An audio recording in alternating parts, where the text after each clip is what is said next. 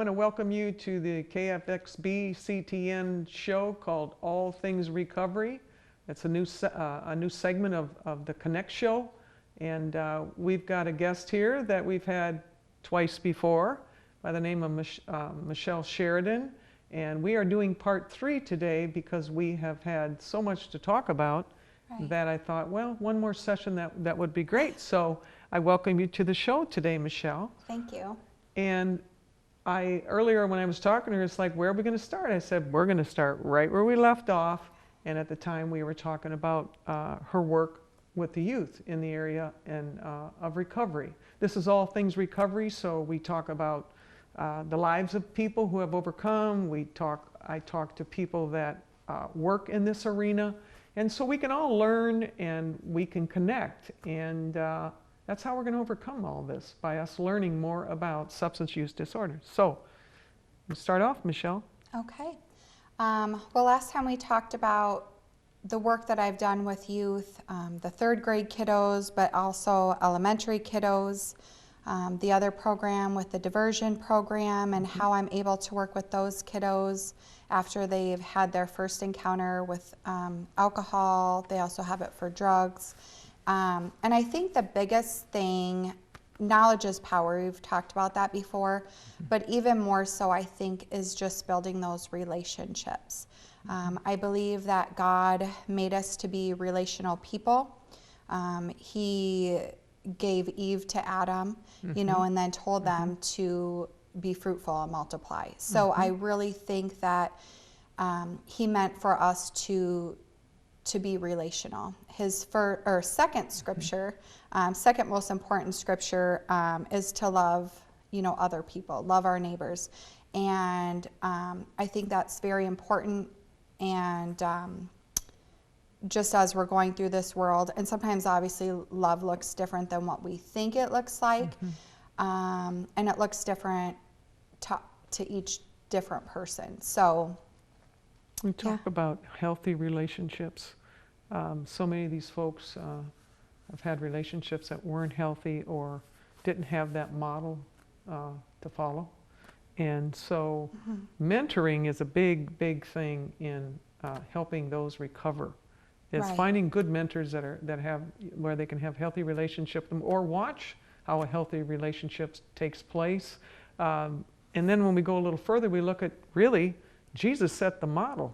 Right. He actually made disciples. Right. So not only did Jesus become friends with them, not only did he have that power of influence over them, but what he did is he sent people out to help them overcome the same thing the apostles overcame. Right, right. Yeah, you know, he was actually probably more into peer-based than he probably started, you know, obviously peer-based training in a sense. So that's really our model, is discipleship, of watching Jesus Christ and how he did it. Right, absolutely. I believe that. He was here as our example, how to love people, how to pray, how to, you know, live a holy life, and how to, like you had mentioned, going door to door and sharing the gospel and things like that.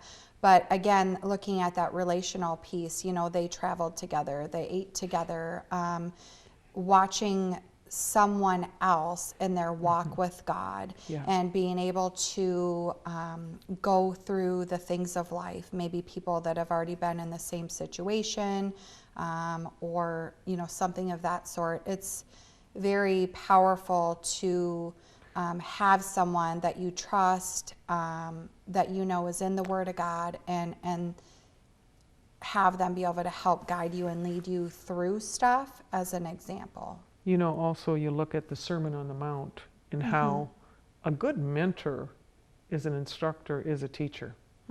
And when Jesus preached the Sermon on the Mount, you know, he talked about things like forgiveness. How do we handle unforgiveness? How do we forgive? You know, just things in life, the difficulties in life, how we overcome those difficulties. And I think that's really true of a mentor, to be there alongside someone that deals with substance use disorders, and be alongside of them to teach them, say, hey, wait a minute, look at here. Right. This is how you do it. to instruct them. And some of them never got that instruction at home.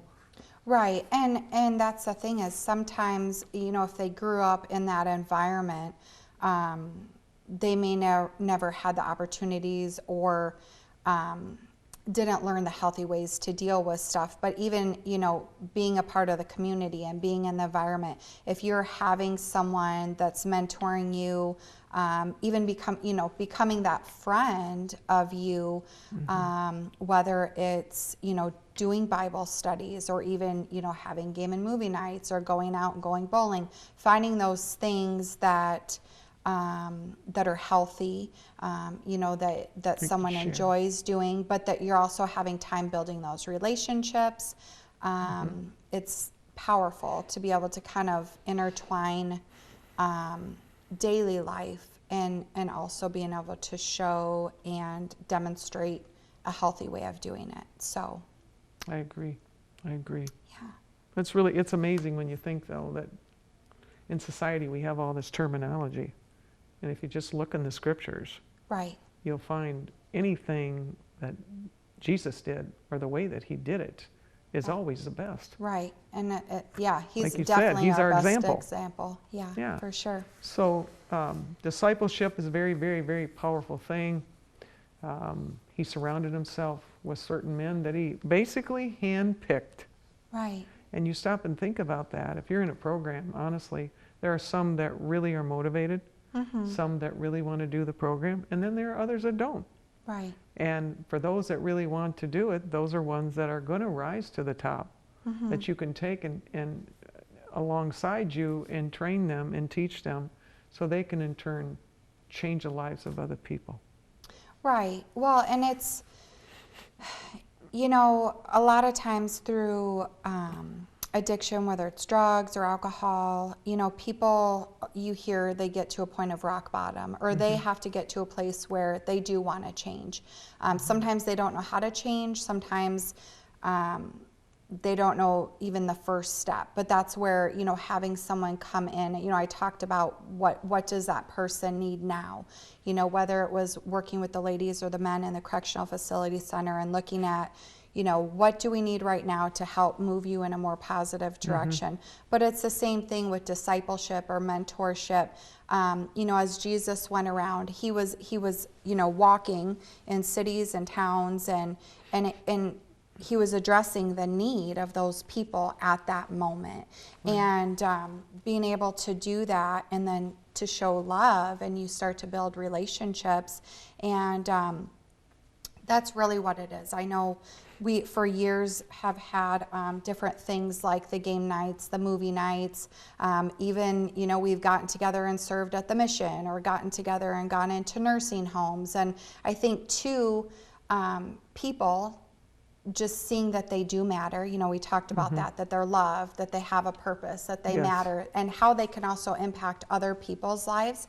I think that's huge. I know we've had food giveaways out at church, and some people may have, you know, gone out there, you know, just to help out and being able to be there to help out in that capacity. I mean, you can just see they feel needed, they feel wanted, they see how, you know, them choosing to help other people can impact and love other people and how it makes them feel. So that's an opportune time to get the good feelings of giving back because there is a feeling with giving. Yeah. And that's why a lot of people give, because you feel good giving. Right. But to couple that with someone that feels unwanted or tend to isolate, it just coupling those two together and even seeing healthy relationships in action, I think that's a powerful, powerful tool to change lives. Yes. It definitely is. It definitely is for sure. So, yeah. So so the next thing we're going to talk about, it's interesting because really in the past we got like a lot into, you know, variety of drugs, but really the number one, in a sense, drug in the United States as far as deaths, anything, is alcohol.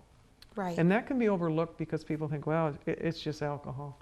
And everybody drinks. Well, not everybody drinks. Right, exactly. But the seriousness of it and the lives it's impacting, I mean, you can take all the drugs together and it doesn't equal how many lives are negatively impacted or lost through alcohol. Right. I believe that for sure. I think the last statistic I looked at was a couple years ago, so I imagine with the pandemic it's worse. That was 80,000, and I'm sure it's over 100,000 because just regular illegal substances is like 100,000 now since COVID came. So I can't imagine how many more alcohol deaths, related deaths, since COVID-19 came.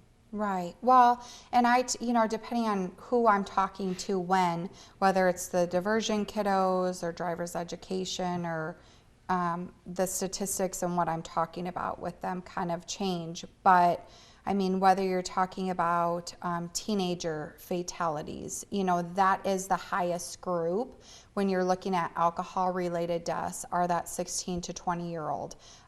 We talked about, I think the first time we talked about, kiddos and their first encounters with alcohol. They don't know what they're doing, whether it's, alcohol poisoning, death, them needing to get their stomach pumped or getting into a car accident. And, we learn that the earlier a kiddo starts drinking, the more apt they are to develop problems, behavior problems, alcoholism, things like that, because they're learning how to, deal with stress. They're learning how to relationship things and just different things. And when you're adding alcohol to that, it's becoming a part of who they are, how they deal with things, but then also the brain chemistry, just that feeling like they need it, whether it's to relax or, get through the day or, even the social, cultural aspect of it, that I need to drink to be able to hang out with my friends, or I need to drink to be able to, the holidays are coming up, and that is one of the biggest times that we see incidences relating to alcohol, whether it's crashes or suicides or things like that, is around the holidays. People are drinking at family functions or, Christmas party, work parties, and, the crashes, but then also, alcohol is a depressant. And, for a while it might seem like it kind of, peps you up and makes you have fun, but it is a depressant. Not only does it slow down, the central nervous system, but the mood, alters the mood and things like that. So, and, also impairs their judgment. But think about also how many single people that, in a sense, don't feel like they fit in the holidays, and would go to drinking or feel like I don't fit in, and it can lead to suicide. And suicide in America is at least 40,000 people a year. You stop and think about that. That's a tremendous. And at this time of the year, it happens more than any other time. And if there's anything to pray about during the holidays, it's against suicide, because it happens. Every time I hear somebody died, I thought, oh boy, I should have been praying about that, because a lot of people do lose their lives during that time. But it also impairs their judgment. It also impairs their ability to relate. The frontal part of our brain, we have things like name recognition, voice recognition, words, and also it's where the front of our brain is where we relate to people. But the longer someone does drugs, alcohol, whatever, what begins to happen is they start operating from the back of their brain. And I've heard families say, it's like we couldn't relate anymore. Well, it's because their brain has changed. Right. Yeah, it definitely does. And I mean, not just suicide, but there's so many things that people do because of being under the influence of alcohol that they normally wouldn't do. I mean, I know we talked about drugs and alcohol when we talked about people in the correctional facility center and coming with the realization of that. But, alcohol, like you had mentioned, is so important because it is legal, for over the age of 21, and it's acceptable. We talked about that in both times that I was here. And the thing is, you know, if you look at alcohol in relation to all the things that we have happen, whether it's child abuse and neglect, there's so many times that alcohol is involved. When we look at domestic abuse, alcohol is involved. A lot of times, at least one of the people involved, you know, is under the influence of alcohol. And I mean, you talked about suicide. I mean, there's so many things that when alcohol gets involved, I mean, it spikes things like that. You know, whether it's infidelity or there's just, alcohol does affect that frontal lobe, and that's your, I like to, when I talk to kiddos, I like to say it's your Jiminy Cricket. And it's just kind of, you know, is this a good idea? Should I be doing this? I mean, it affects a lot more things, you know, Yes. our motor movements and our central nervous system and things like that. But it affects us being able to make the best decision. And, you know, when you add too much more alcohol, I mean, you get into, and then people are driving and, you know, making crap. It's also very deceptive. I think alcohol is a very deceptive drug because it's so widely accepted. Right. And what people don't realize is people start out innocently drinking, and then they find themselves drinking more and more. And really what's happening is that people are training their brains. They're training their brains to actually, the better they train that brain, the more alcohol it can handle. Until it gets to a point in someone's life and their life deteriorates to sometimes it gets so bad to one last fatal drink. So much booze that they die from it. Or take alcoholics, many alcoholics die from falls, brain bleeds because they fall down because it gets so, it impairs their neurological system to such a degree that it's difficult for them to walk, you know, all the time. Right. And then they fall, or they fall when they're drinking, and there's a lot of alcohol deaths that happen that way.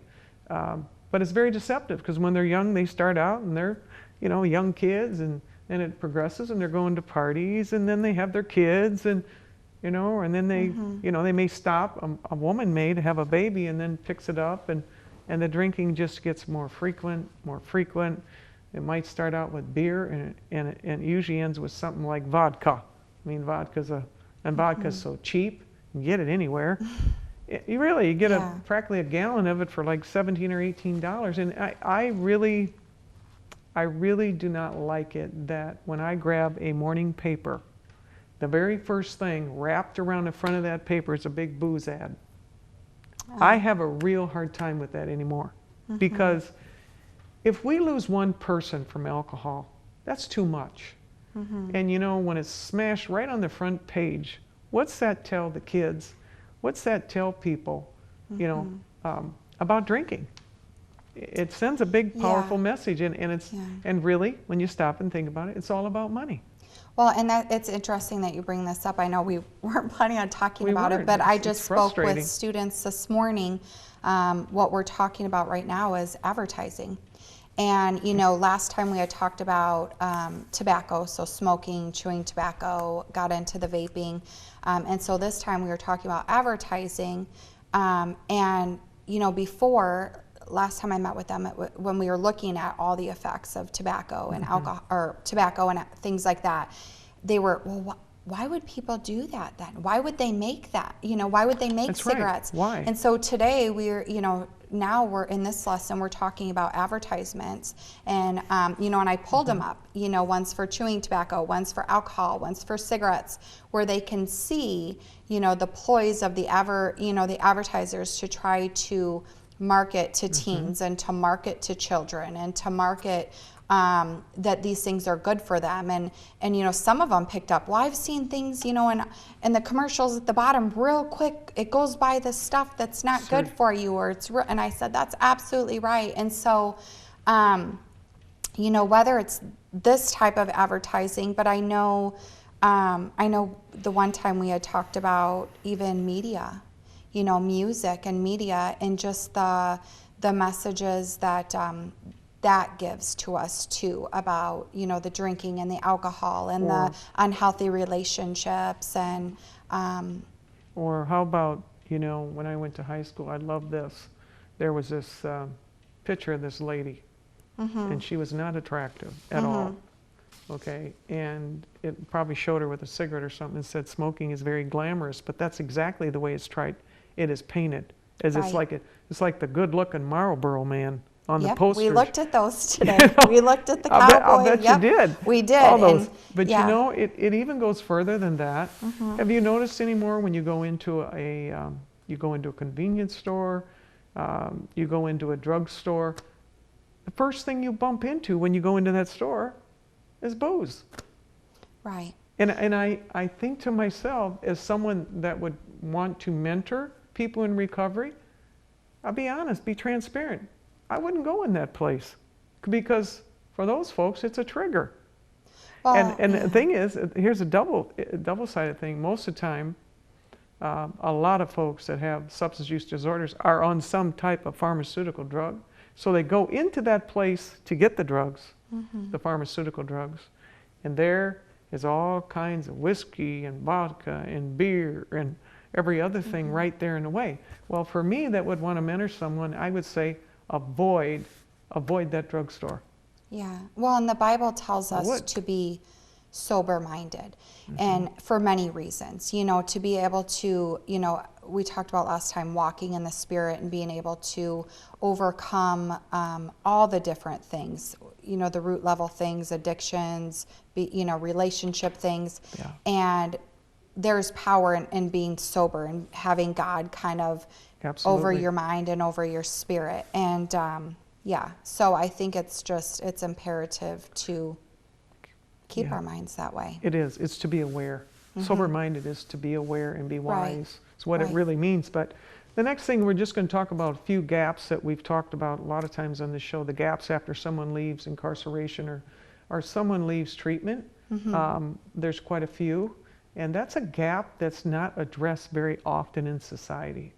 It's like, well, someone goes to treatment and then they get out and they're supposed to deal with it. In fact, you know, they come with bad landlord histories, probably bad employment histories, you know, bad financial histories. A lot of times, you know, families have cut them off because it just killed them to watch that child go through that. So it's like, it's either me or you, and I'm tired of suffering. Right. So they come with a lot of, you hate to say baggage, but that's kind of what it is. And so, you know, there hasn't been a whole lot in the past for them. Yeah, they can get into outpatient once again, but a lot of times they don't even have a place to live. So they're kind of, in a sense, homeless and broke. And that's I tell you, homelessness is one of the most difficult things for someone to go through. So then have an addiction and then be going through homelessness too, you can see why the rate of success is so low. Well, and I think when they're looking at where they need to go and the next steps of getting out of, you know, either prison, jail, or halfway house. And remember last time we talked about them not going back into the same situation that was such a mess to begin with. So they're looking at, what are my options? And sometimes they want to make better choices, but by default they might be forced back into the same environment that got them there in the first place. I'm just going to do a quick talk about Liberty Recovery Community. It's a new project in Dubuque, Iowa that's soon to open up. I don't give you an exact day. We're doing all kinds of planning. It's located around 22nd and Jackson in Dubuque, Iowa. But it's for people that get out of treatment, say they've been in prison, incarcerated, maybe they're going through drug court, or maybe they just, you know, they're just trying to overcome substance use disorders. We have 24 one-bedroom apartments. The rent is very reasonable, $444. All utilities paid. Beautiful facility. Then we have a bank building. We converted into a recovery and training center that they'll come there every day for help. So in essence, we extend their treatment. We operate in a community where they're not isolated and they feel a part of. You know, it's very important they feel a part of something bigger than themselves. Right. I think that's really important. It is. The whole community thing is just really, really beautiful. And so they'll receive all kinds of help that will empower them. And if they have to stay a year, they have to stay 2 years, they can get that extended treatment. And it's something that's really been needed in the state of Iowa for a long time. It's kind of above sober living, but below treatment. It's kind of like in the middle there. But I'm excited because we're going to open up soon. If you want to inquire any information, you can call me at 563-599-2980. This will be coming to Dubuque, Iowa. If you know someone that's next couple months going to be coming out of treatment, be looking for a place to change their life, be truly empowered, Liberty Recovery Community is going to be just a tremendous asset, I think, to the state of Iowa. We're really excited about it. We like someone to be 28 days sober, so if you are interested, we'll send you an application. And you have any questions, we'll talk to you about that. But it's going to be fun, and I look forward to it. I think it sounds like an amazing opportunity for our community. And I know you and I over years have talked about, looking at those gaps of what people need and what will help them be strengthened to be more successful in sobriety. That's right. And I think that you've really listened to that. And I'm excited to see, I've been watching the project and toured and everything. And so I'm excited to see how it continues to develop and the opportunities that it gives those folks. So I want to thank you for tuning in today to the Connect Show, All Things Recovery. We really enjoy that you tune in, and I hope you get a lot out of it. But if you know someone that's struggling with substance use disorders and will be in the future looking for a place to come to receive help, again, reach out to the Liberty Recovery Community based out of Dubuque, Iowa.